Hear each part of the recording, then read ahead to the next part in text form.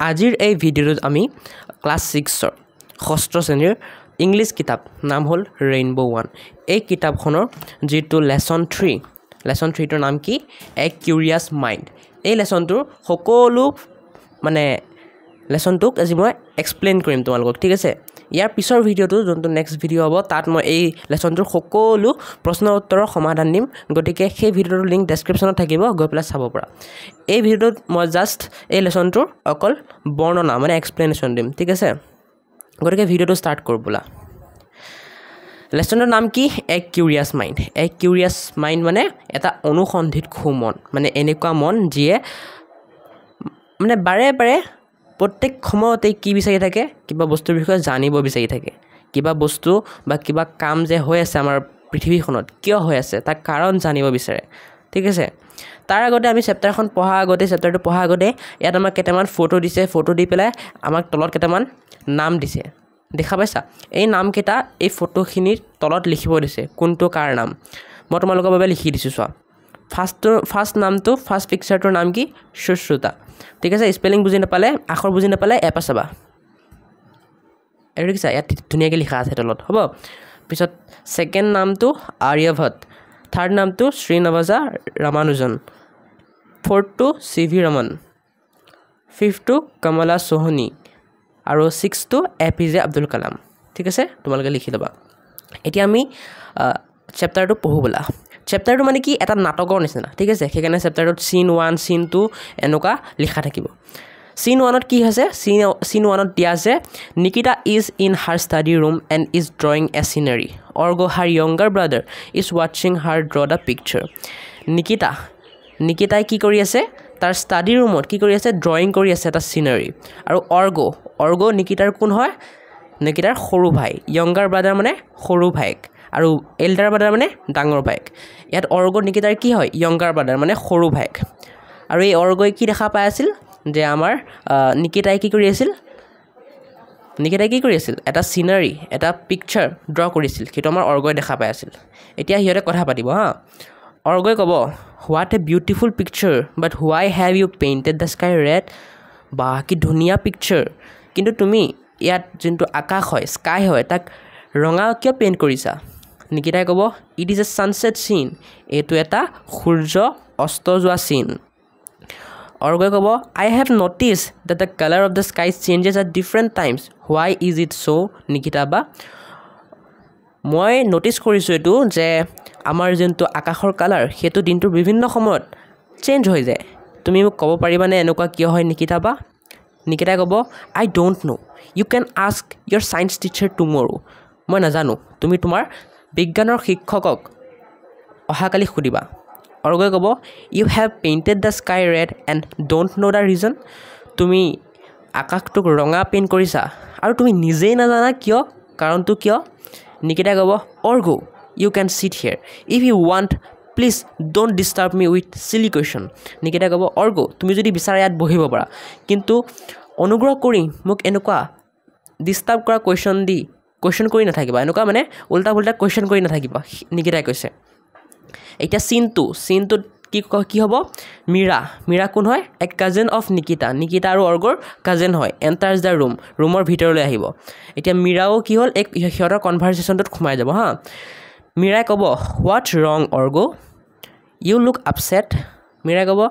কি হ'ল তোমাৰ অৰ্গো তুমি বহুত দুখ মনত আছা অৰ্গই ক'ব I asked something to Nikita ba but she scolded me instead of answering she told me not to ask her question মই নিকিতা বাক এটা কুৱেশ্যন সুধিছিলোঁ কিন্তু নিকিতা বাই মোক সেই আনসাৰটো দিয়াৰ পৰিৱৰ্তে কি কৰিলে স্কল কৰিলে মানে ধমকি দিলে ঠিক আছে আৰু কি ক'লে নিকিতা বাই ক'লে যে এতিয়া মোক ডিষ্টাৰ্ব কৰি নাথাকিবা মোক বেলেগ কুৱেশ্যন সুধি পেলাই পিছত নিকিতাই কি ক'ব চোৱা নিকিতাই ক'ব মীৰাবা I was busy drawing a scenery Argho irritate me by asking silly question মীৰাবা মই বিজি হৈ আছোঁ এটা চিনাৰি ড্ৰয়িং কৰিবলৈ আৰু তেনেতে অৰ্গই কি কৰি আছে মোক ইৰিটেট কৰি আছে মানে মোক অশান্তি কৰি আছে উল্টা পুল্টা প্ৰশ্ন সুধি পেলাই মীৰাই ক'ব ইজ ডেট ট্ৰু অৰ্গো এইটো সঁচা হয়নে অৰ্গই ক'ব I simply asked why the color of the sky keeps changing at different times. What's wrong about the asking question? মই মাত্ৰ সুধিছিলোঁহে যে আমাৰ যিটো আকাশ হয় আকাশৰ কালাৰ কিয় চেঞ্জ হৈ থাকে বেলেগ বেলেগ সময়ত এইটো মই ভুল কুৱেশ্যন সুধিছোঁ নেকি নে মোৰ কুৱেশ্যনটো সোধাত কিবা ভুল হৈছে পিছত মীৰাই ক'ব nothing I am really happy that you have a curious mind নাই একো নহয় ঠিকে আছে কিন্তু মই শুনি পেলাই ভাল লাগিল যে তোমাৰ তাত এটা কিউৰিয়াছ মাইণ্ড আছে এটা অনুসন্ধিত খুব মন আছে তুমি জানিব বিচাৰা যে আমাৰ কি হৈ আছে মানে আমাৰ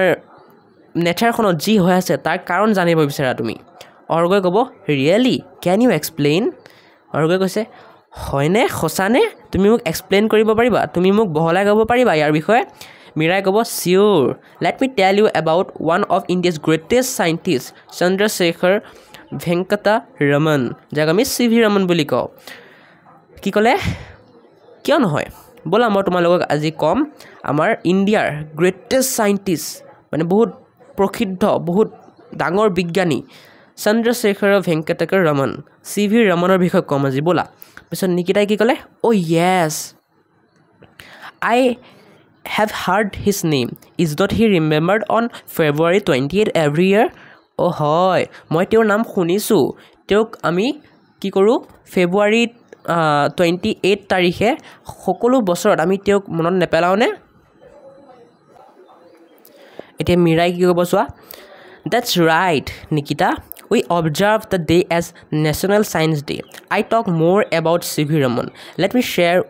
with you how his curiosity during a voyage led to a breakthrough in physics.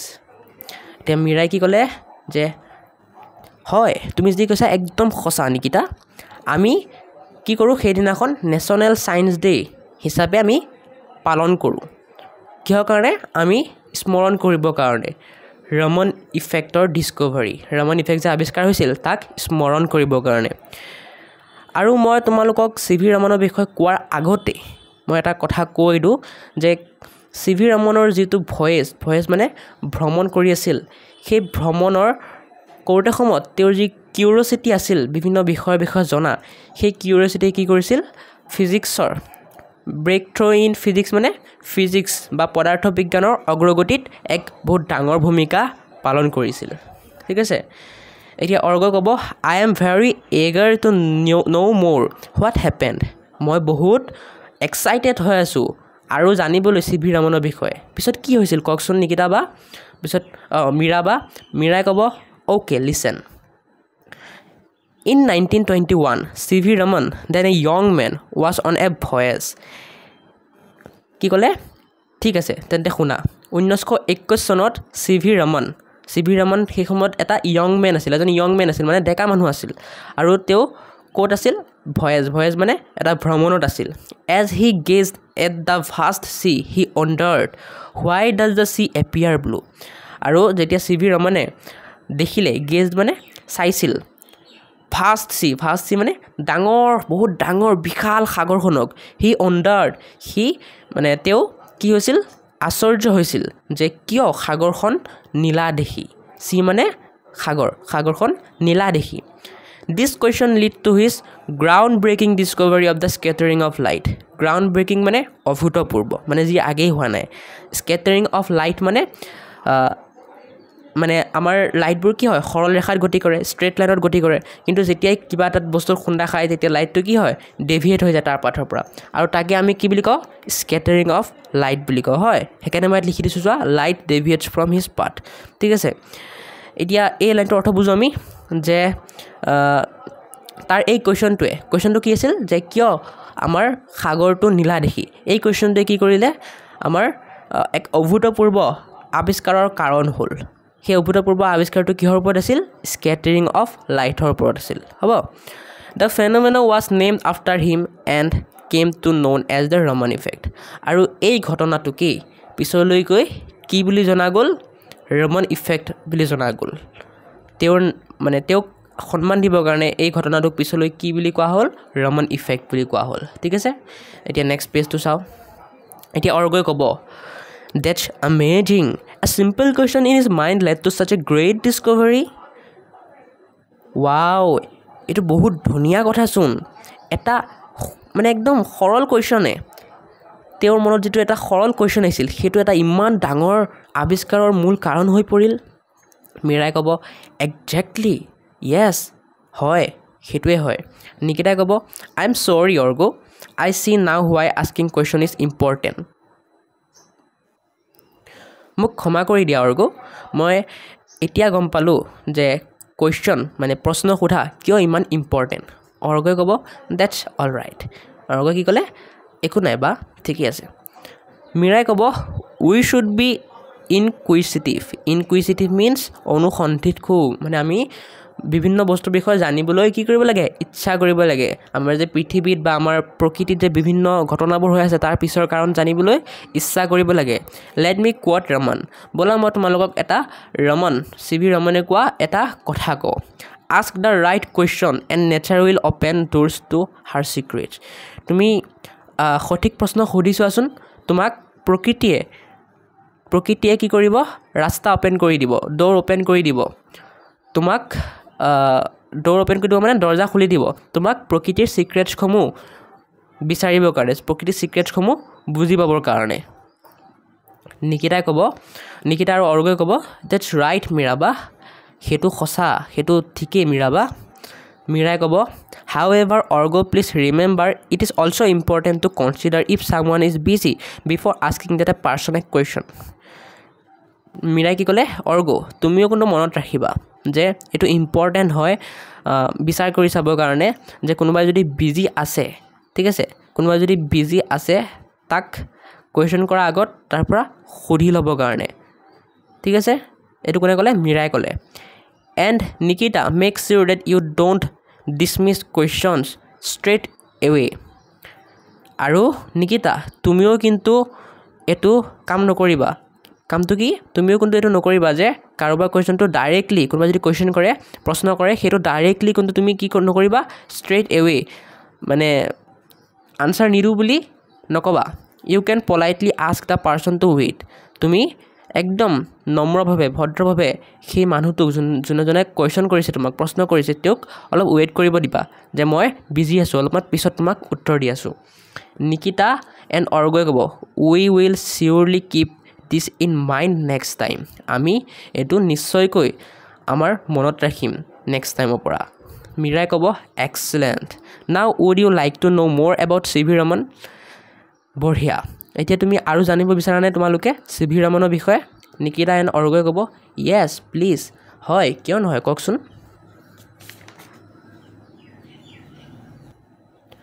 এতিয়া আমি নেক্সট পেজটো পঢ়োঁ নেক্সট পেজত কি আছে মীৰাই কৈছে মীৰাই কি কৈছে the great scientist was born on November 7, 1888 in Thiruvanaikaval near Trichirappalli in Tamil Nadu নামটো অলপমান টান হয় কিন্তু পঢ়িব লাগিবই কি কৰিবা কি ক'লে যে এই গ্ৰেট চাইণ্টিষ্টজনৰ জন্ম হৈছিল 7 নৱেম্বৰ তাৰিখে 1888 চনত ক'ত তিৰুভানাইকাভল নিয়েৰ ট্ৰিচিৰাপল্লী আৰু এইটো ক'ত আছে কোনটো ৰাজ্যত আছে তামিলনাডুত আছে he was a brilliant student তেওঁ এজন ব্ৰিলিয়াণ্ট ষ্টুডেণ্ট আছিল বহুত মেধাৱী ছাত্ৰ আছিল he completed his graduation and masters degree in physics from renowned Presidency college Madras তেওঁৰ গ্ৰেজুৱেশ্যন আৰু মাষ্টাৰ্ছ ক'ৰ পৰা কমপ্লিট কৰিছিল ফিজিক্সত কৰিছিল গ্ৰেজুৱেশ্যন আৰু মাষ্টাৰ্ছ আৰু ক'ৰ পৰা কৰিছিল প্ৰেচিডেঞ্চি কলেজ মাদ্ৰাছৰ পৰা কৰিছিল ঠিক আছে এতিয়া নিকিতাই কি ক'ব চোৱা নিকিতাই ক'ব I have heard that Raman cleared the Indian Finance Service exam যাক সৰুতে IFS বুলি কোৱা হয় নিকিতাই কৈছে যে মই শুনিছোঁ যে ৰমনে ইণ্ডিয়ান ফাইনেন্স ছাৰ্ভিচ যাক সৰুতে IFS এক্সাম বুলি কোৱা হয় তাক ক্লিয়াৰ কৰিছিল মানে সেইটো পাছ কৰিছিল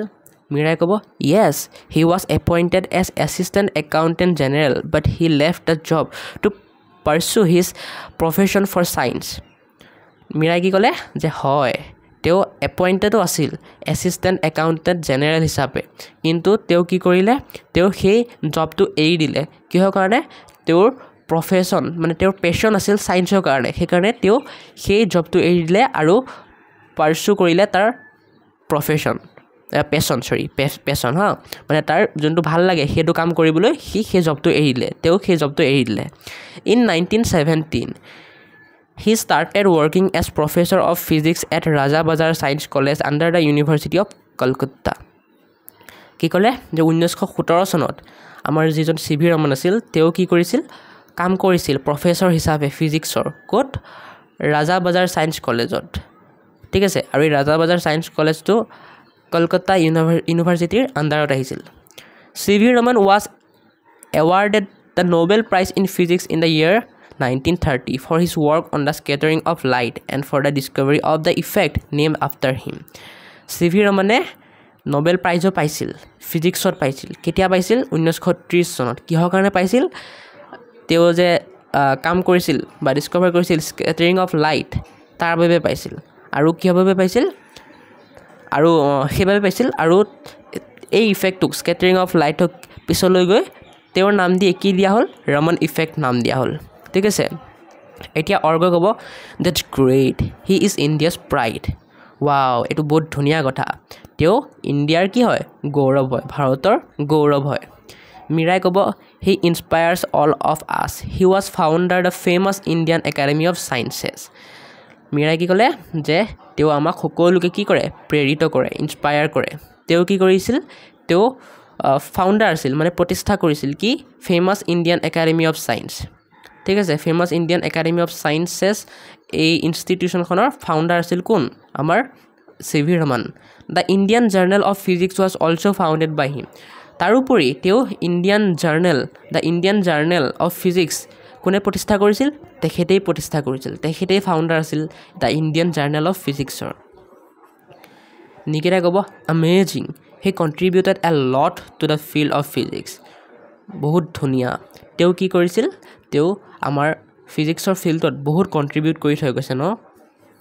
মিৰাই ক'ব ভেৰি ট্ৰু বহুত সঁচা ঠিকেই কৈছা তুমি he was awarded the highest civilian award of India Bharat Ratna in 1954 আৰু সেইকাৰণে কি কৰিছিল তেওঁক সিভি ৰমনক এৱাৰ্ড কৰা হৈছিল হায়েষ্ট চিভিলিয়ান এৱাৰ্ড মানে বহুত ডাঙৰ এৱাৰ্ড এটাৰে যেটো ভাৰতৰ সৰ্বোচ্চ ডাঙৰ সন্মান বা বঁটা বুলি কোৱা হয় নাম ভাৰত ৰত্ন আৰু কেতিয়া কৰিছিল 1954 চনত কৰিছিল it is awarded in recognition of exceptional service in any field of human endeavor C V ৰমনে যে আমাৰ সায়েন্সৰ ফিল্ডত ইমান ডাঙৰ এটা কাম কৰিলে ঠিক আছে সেইকাৰণে তেওঁক এই এৱাৰ্ডটো দিয়া হৈছিল হ'ব he breathed his last on November 21 1970 in Bangalore আৰু তেওঁৰ শেষ উশাহ কেতিয়া লৈছিল 21 নৱেম্বৰ তাৰিখে 1970 চনত বেংগলোৰত মানে 21 নৱেম্বৰ 1970 তেওঁ মৃত্যু হৈছিল ঠিক আছে এডিএভাৰ মানে প্ৰচেষ্টা অৰ্গই কি ক'লে we have learned so much about CV Raman today it's because of a simple question that I asked Nikita ba অৰ্গই কি ক'লে যে আমি আজি সিভি ৰমনৰ বিষয়ে বহুত কিবা কিবি জানিলো ইয়াৰ মেইন কাৰণটো হ'ল যে মই এটা সৰল কোৱেশ্চন খুদিছিলোঁ নিকিতা বাক পিছত Meera and Nikita laughed loudly এই কথাষাৰ শুনিয়ে মীৰা আৰু নিকিতাই জোৰকৈ হাঁহিব ধৰিলে সো এইখিনি আছিল তোমালোকৰ এই পাঠটোৰ প্ৰশ্ন মানে এক্সপ্লেনেশ্যন বৰ্ণনা নেক্সট ভিডিঅ'টোত মই তোমালোকক এই পাঠটোৰ প্ৰশ্ন উত্তৰ দিম গতিকে চেনেলটো ছাবস্ক্ৰাইব কৰি ৰাখিবা আৰু ডেছক্ৰিপশ্যনত তোমালোকে চাই ল'বা সেই নেক্সট ভিডিঅ'টোৰ লিংক থাকিব ঠিক আছে গতিকে ভিডিঅ'টো এটা লাইক কৰি দিয়া যদি ভাল লাগিল আৰু কমেণ্টত তোমালোকে কৈ দিয়া তোমালোকক নেক্সট কি টপিকৰ ওপৰত ভিডিঅ' লাগিব তোমালোকে ভিডিঅ'টো কেনে পালা বা তোমালোকে যি ক'ব বিচাৰা কৈ দিয়া এনেকৈ পঢ়ি থাকা আৰু কি ক'ম ন সো লগ পাইছোঁ নেক্সট ভিডিঅ'টোত বাই